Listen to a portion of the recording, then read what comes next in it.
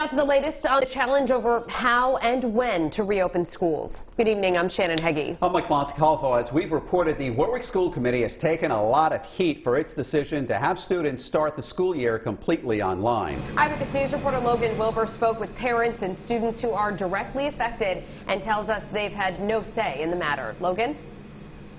Shannon, Mike, the decision to make all students attending Warwick schools do so and learn remotely was done out of safety. The mother and student that I spoke to say they feel like they were left out of this decision-making process entirely.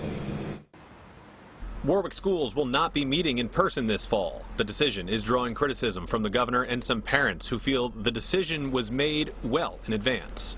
They didn't even submit a plan for in-person learning. I think that they intentionally went through the summer with no intention of sending the kids back. It's really disheartening. Instead, all students will once again have a remote education, something the Collins family says simply isn't the same experience.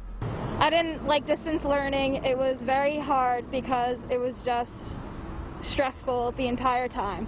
I miss all my friends and I miss the teachers and seeing all my other teachers from the past grades in the morning. Frustrated by the school committee, Kaylee Collins and her mom say it took the decision away from them. I have a lot of faith in the schools that my kids go to and that the teachers and everybody's able to keep them safe under the circumstances. If you don't want to go back, you have the choice to do distance learning, which is fine. That's your choice. But I think if you want to go back, then you should have the choice to go back.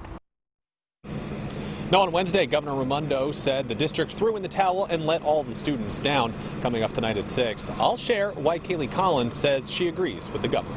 Reporting live in Warwick, Logan Wilbur, Eyewitness News. Meantime, Warwick schools have already decided not to have in-person classes. That decision is not sitting well with the governor, along with some students and their families. Eyewitness News reporter Logan Wilbur talked to them today and continues our in-depth coverage. Yes, as recently as last week, a mother says the school district was giving out surveys for in-person reopening. But the governor says the district never even submitted an in-person reopening plan. Now the governor and a student I spoke to say the district has let all of its students down. They threw in the towel before they even tried. And we are hearing from parents who are saying this isn't fair to my children. And you know what? They're right. It isn't fair. Those kids deserve better. I felt like we were just kind of forgotten in this situation, just kind of pushed under the rug. I feel like they kind of let us down a little bit. The decision to have all students in the Warwick School District learn remotely is not one the governor is taking lightly.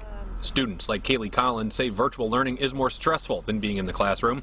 She also says it's missing an important piece of the school experience. I miss the socialization aspect because I feel like the mental health aspect was ignored completely. Kaylee attends Pilgrim High School, which her mom attended years ago. Both admit there are risks in reopening, and Pilgrim's air system is a concern. I went to Pilgrim. The air wasn't any better when I was there, probably. With proper precautions, Kaylee says she feels safe returning to school. They didn't really put the students' needs in, and I get it, it's a health crisis, but I mean, we're healthy. I think that you have a choice to go back.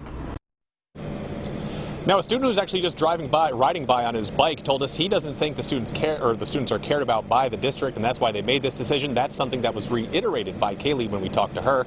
And she pointed to the fact that businesses and restaurants and even testing sites use large tents, which are outdoors. She thinks that could be utilized by school districts for social distancing. Reporting in Warwick, Logan Wilbur, Eyewitness News.